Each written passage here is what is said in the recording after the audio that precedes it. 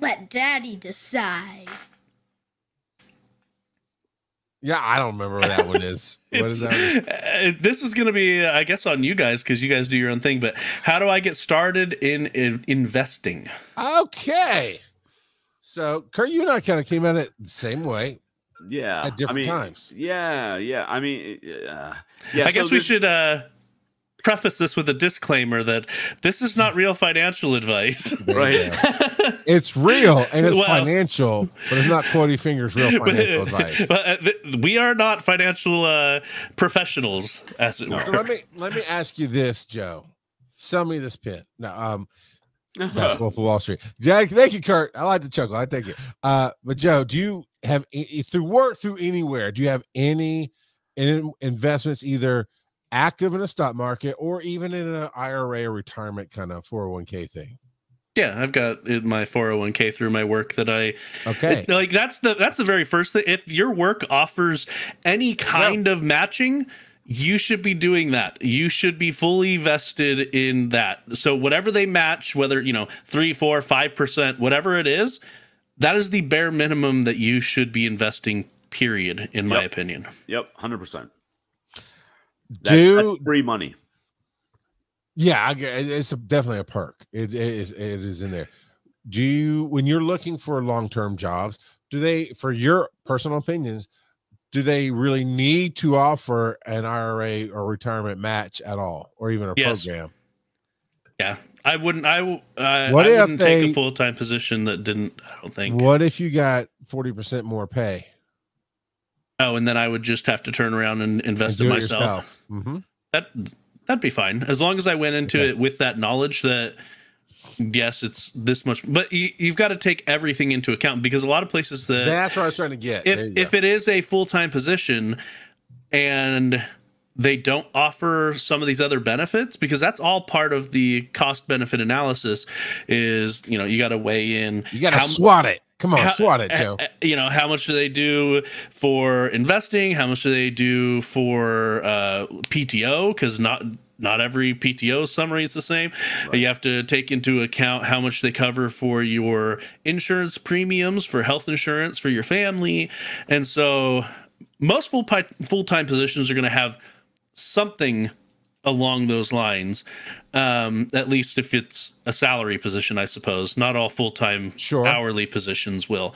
But you gotta, like you said, you had to see the whole picture. Yes. Because you do have to consider your industry, your position in life, what the job is. Because I actually had somebody working for me at one point, and they're like, you need to offer, and you gotta understand where you're going to work. We were a startup. Right, we had zero benefits to start with. Then we were able to do a little bit of PTO.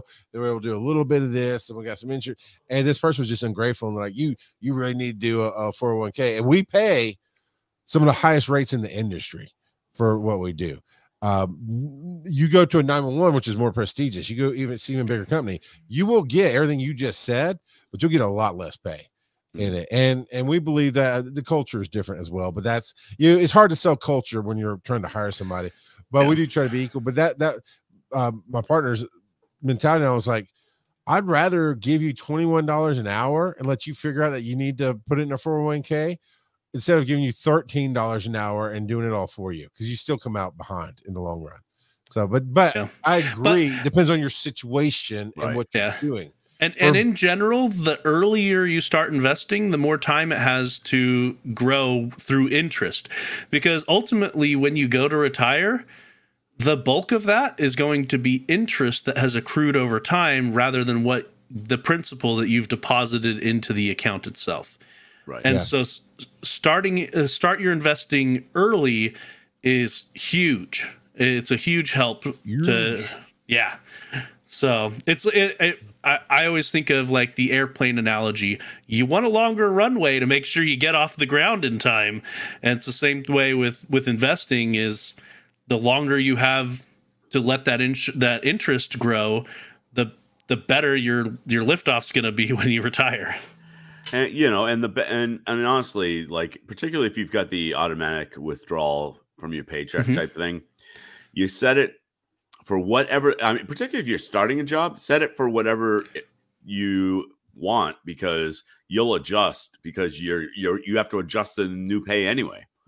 But then forget it. Oh yeah. Just completely forget it. Much like going to patreon.com/wise_in_nerdy. You just set it to that $13 a month Scotch tier level and forget it. And you will get a return on your investment. I promise you. But that pre-tax, that is really, I mean, that's the whole subscription model, right? I mean, that's why I made the joke about Patreon, but please go subscribe. Patreon. And then really, forget it. Yeah. But you get in there and you set it before your taxes. So you get used to, well, I bring it home X amount of money. Yeah, not obviously not this, but just for money, he's $100 every 2 weeks, $100 every, so you know what you're getting. Yep. But they're actually paying you more because it's going into your HRA is another way. It's kind of investing in your health. It's not an investment in your future as far as money like IRAs, but health savings got HSA, that kind of thing. Right. It's pre-tax, so you pay the government less, and you can use it specifically for, like with the IRA, it is retirement. With the HSA, it's for your health each year. But Kurt, so that was a good step. That is a perfect way to start, Joe. I think most people do start that way, is with the matching company. But Kurt, you work for me, and I'm a butt face that won't pay you a 401k. So what did you do? Yeah, so what I did, just because I wanted to do something. And that is because all these investment apps are out there now. And so, Charles, you and I, obviously we use the same app. Yeah. We ended up on the same one. Yeah. But, I use a program called Stash, and there's Robinhood, there's Stash, there's a whole bunch of them. But I just put in like $15 a week, and I use it to play around with what kinds of things am I interested in? Like, invest in things that you know a little bit about, and then, like everything else, really leave it alone. Just leave it alone. I actually take some of my money and I put it into up and coming companies, large, big and wide dips and growth and all that, but leave it alone. And then I also put some money into some of these government funds that are never going to get like really high interest rate returns, but consistent interest rate returns, like really low interest returns, but they always gain, with very few exceptions. And it really is just a lot of that set it and forget it. Just go. Unless, look, if you invested in Bitcoin and you noticed, oh, wait a minute, it was $20 a coin when I got in, and now it's like $40,000. How about this? Sell. Just get out. Okay. I'll give you a perfect example for this whole cyber currency stuff. There's a cyber currency called Shiba Inu, which was one of those stupid. Yeah, Joe talked about that. Joe talked about the anime a couple weeks ago. Yeah. But it's one of those stupid kind of novelty-ish coins, and I bought $50 worth. Okay. Now today it might be worth 10. But you got I have like 400,000 or 500,000 coins for that, because they're worth hundreds of thousands of a percent of a penny or something like that. I mean, it's just like really. So literally, a buddy of mine I was talking to, I said, if this gets to be worth a penny a share, I'm selling. Yeah. Because, I mean, yeah. Right. So, and to that point, I love random kids throwing on Dogecoin. That was definitely one that did that. Yep. Of course, you say just invest in whatever Nancy Pelosi's investing in, you'll be fine. And there are some sites, they come and go because people keep trying to shut them down, but they're legal. But they just watch what politicians invest in, and you can legally mimic that. You can do the same thing to whatever level. But what we're all saying mostly is, my rate's different than Kurt's. Mine was $5 a week is all I put in. I ended up with Stash. I went to Robinhood. We're going to talk about the differences here in a second about Stash and Robinhood. But it is do what you can and what's safe. Joe knows what he needs to take home, And so if he gets to a point where he gets a raise, he may consider to put most of that raise into that investing in the future in his retirement versus what he does at home. We all face that sometimes. Stash is so easy because you can set it to so much a week, so much a month. You can just be safe. And I've only sold 2 stocks. One of them was Bethesda because I didn't like how they were doing certain things with the Taiwan scandal, the gaming scandal, and all that that was out there. So I ended up just selling that off because I didn't want it. And the other one was not Twitch, X now, Twitter. Yeah. Twitter, because I was listening to Data Tech News Show, and when it became apparent that it's possible it's going to become real, I just started buying. I bought about $50 in shares, ended up making about $150 on it. As a force, once he bought it, it was a forced buyout. So I technically didn't voluntarily sell it. The company bought the stocks back. Yeah. But I saw it coming, so I was my short. I just shorted it a little bit. Yeah. On that because we knew. So stash is easy. It's a hedge fund. So I own lots of percentages of stock in Nvidia. I might actually have one whole stock or something, but I've just been buying tiny pieces of it because I started investing during COVID, and I knew with the Bitcoin and everything else going on, and that the people were home and everybody wanted to become a streamer. What Kurt said, invest in things you know. And I am very plugged into the digital world. And when I started seeing that uptick in people at home doing Zoom meetings with nicer cameras and lights, they have to have a video card. So I put in a lot of money, well, a lot being at relative, like $70 ultimately into it. And it's returned $1,000 on that. Yep. Now I'm still holding it because it's still they just keep, man, they announced some stuff about AI. It got me excited. But that's a piece, right? I might have one stock now as a whole. Delta own 4 stocks, just little things. You have your reasons. Here's another example. I invested heavily in Delta during COVID because I thought if they go down, they are the kings of the air. If they go down, we have a much bigger problem. I'm not going to miss this $20, $30, $40 that I'm putting in. So inevitably they have to be coming back somehow, some way. And ultimately it's done okay for me. So that's stash.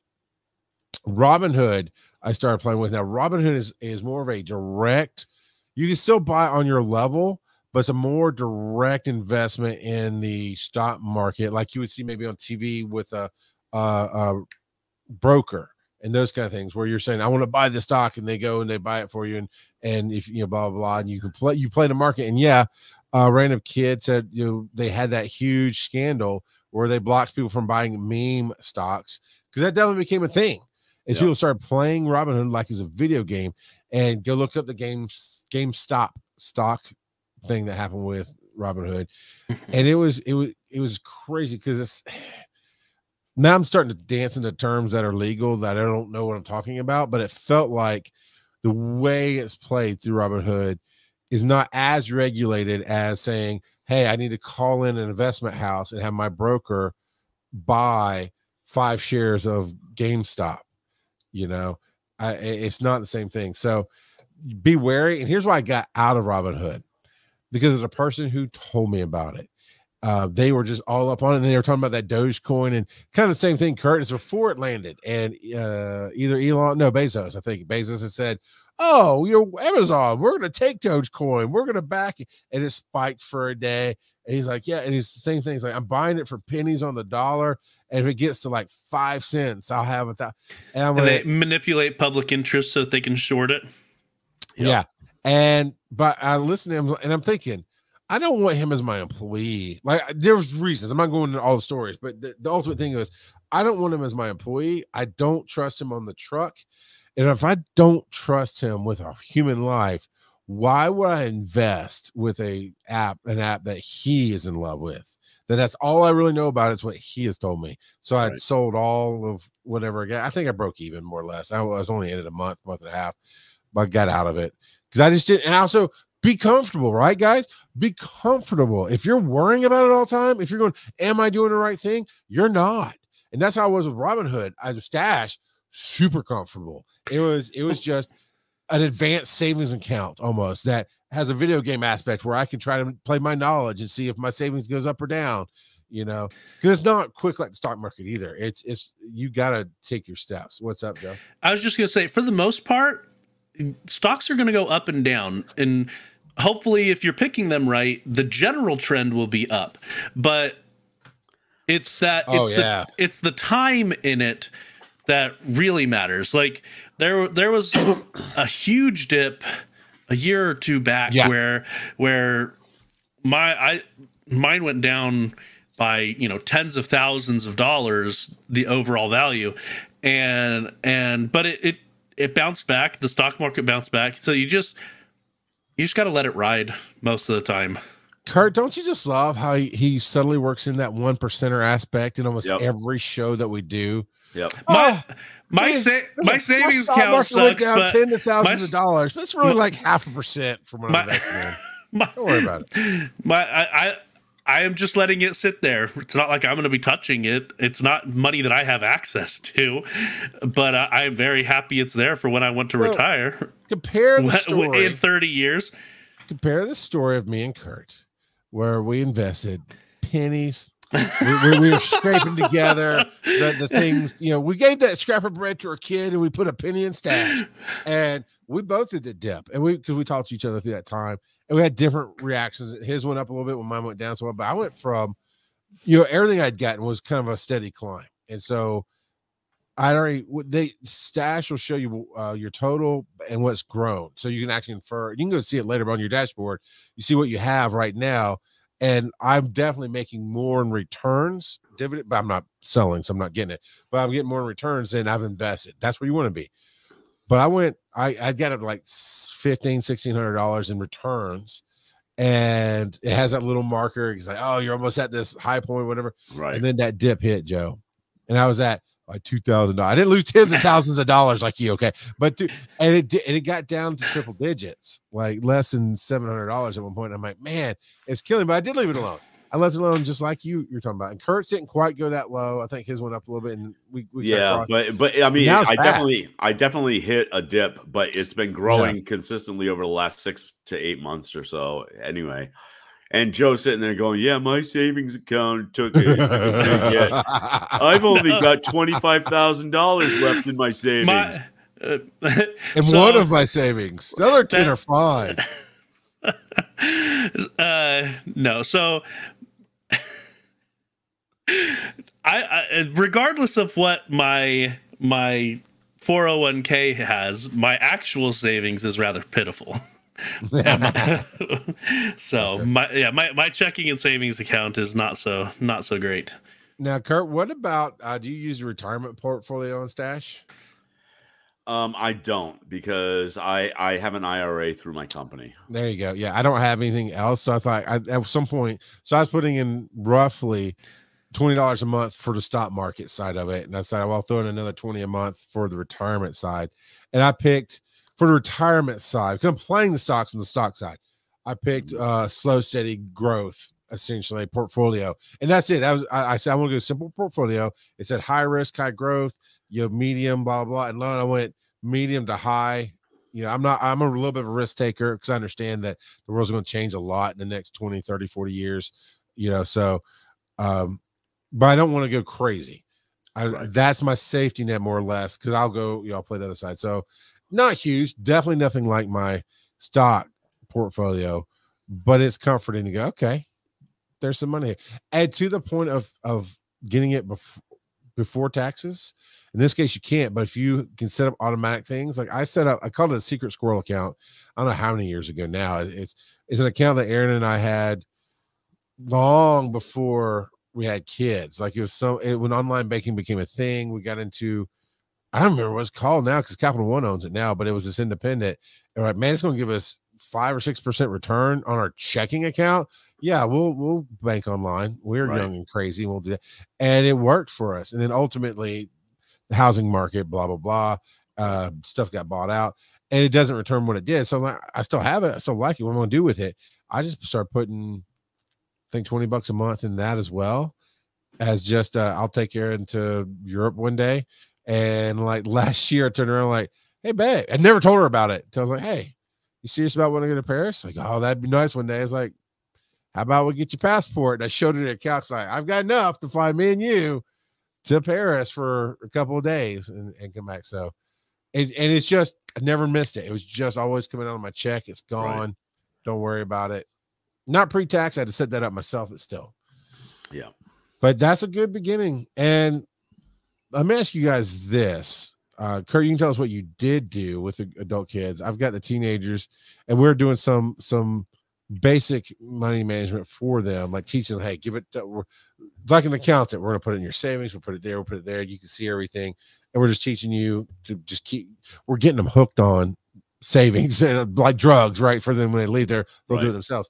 But what about, I've been toying with this idea because I felt this is a statement a friend of mine made as an adult. Yeah, people told me about compound interest and investing early, and I kind of got it, but nobody my parents, whatever, they didn't make me do it.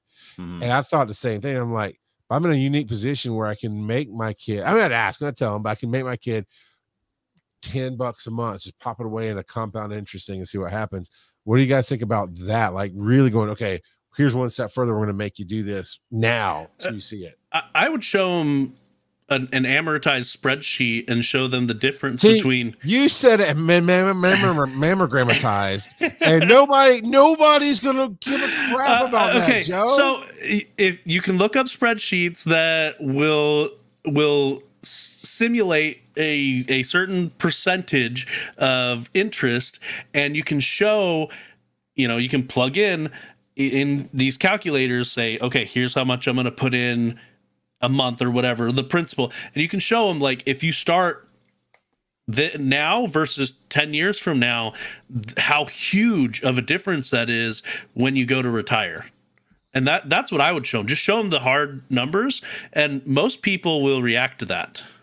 Yeah, but the other thing to understand is the younger folks believe that 30 is old. There's that a little bit. No, because so they can't see that far in the future, right? It's not. Okay, it's that's not. how it was. It was. It's not. Get to it. So So for me, I'm with you though, Joe. I mean, because really seeing those compound interest amortization tables, those are really eye opening.